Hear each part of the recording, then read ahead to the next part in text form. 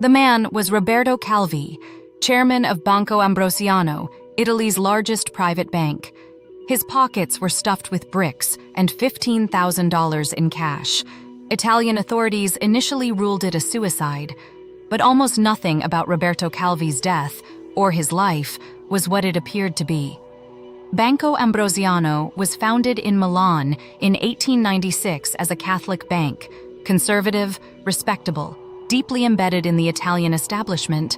By the 1960s, it had grown into the country's most important private financial institution. And then, Roberto Calvi arrived. Calvi became chairman in 1975. He was known as God's banker, not because he was devout, but because of his extraordinarily close relationship with the Vatican Bank, officially known as the Institute for Religious Works, or IOR. The IOR was run by an American archbishop named Paul Marcinkus, a towering figure from Chicago who had little formal banking training but enormous ambition. What Calvi and Marcinkus built together was one of the most elaborate financial deceptions in history. Calvi used Banco Ambrosiano to funnel money through a web of shell companies in Luxembourg, Panama, and the Cayman Islands. The Vatican Bank acted as a shareholder in many of these phantom entities, giving them a veneer of legitimacy. Billions of lira moved through this network, untraceable, unaccountable, and ultimately unrecoverable. But the money wasn't just disappearing into the dark, it was being used. Some went to prop up the bank's own collapsing balance sheet. Some went to political parties. Calvi had close ties to the Christian Democrats and was allegedly a tool of Cold War financial operations.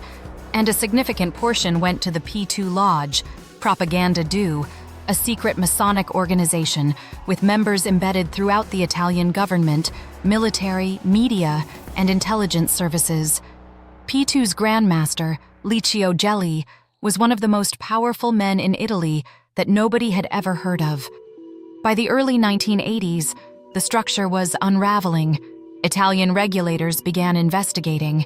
In 1981, Calvi was convicted of currency violations and sentenced to 4 years in prison, though he remained free pending appeal and continued running the bank. The following year, creditor banks began demanding repayment on loans that Banco Ambrosiano had guaranteed for its shell companies. The problem was, those shell companies held no real assets. The loans were essentially worthless. In May 1982, Banco Ambrosiano's board began to understand the scale of what Calvi had built. The hole in the balance sheet was $1.3 billion. In June, Calvi fled Italy on a false passport. Within days, he was dead beneath Blackfriars Bridge in London. The official inquest ruled suicide. A second inquest in 1983 returned an open verdict. Decades later, Italian prosecutors charged 5 people with his murder, including figures linked to the Sicilian Mafia and the P2 Lodge. All were acquitted for lack of evidence. The case has never been officially solved. Banco Ambrosiano collapsed days after Calvi's death. It was the largest bank failure in Italian history. The Vatican Bank denied responsibility. Marcinkus claimed the IOR had merely been a nominal shareholder and bore no legal obligation for the debts. After years of legal pressure, the Vatican eventually paid $244 million to creditor banks as a goodwill gesture, without admitting liability. Marcinkus was indicted by Italian authorities but claimed diplomatic immunity as a Vatican official. He retired quietly to Arizona in 1990 and died in 2006, never having faced trial. The P2 Lodge was dissolved by the Italian parliament.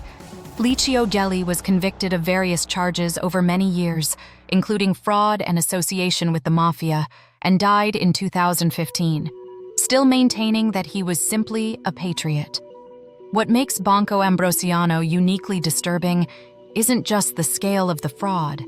It's the density of the institutions involved: a Catholic bank, the Vatican, a secret Masonic lodge, the mafia, Cold War political networks. Every layer you pull back reveals another below it. Roberto Calvi didn't just run a corrupt bank. He sat at the intersection of some of the most powerful and shadowy forces in post-war Europe. And he ended up hanging under Blackfriars Bridge with his pockets full of bricks.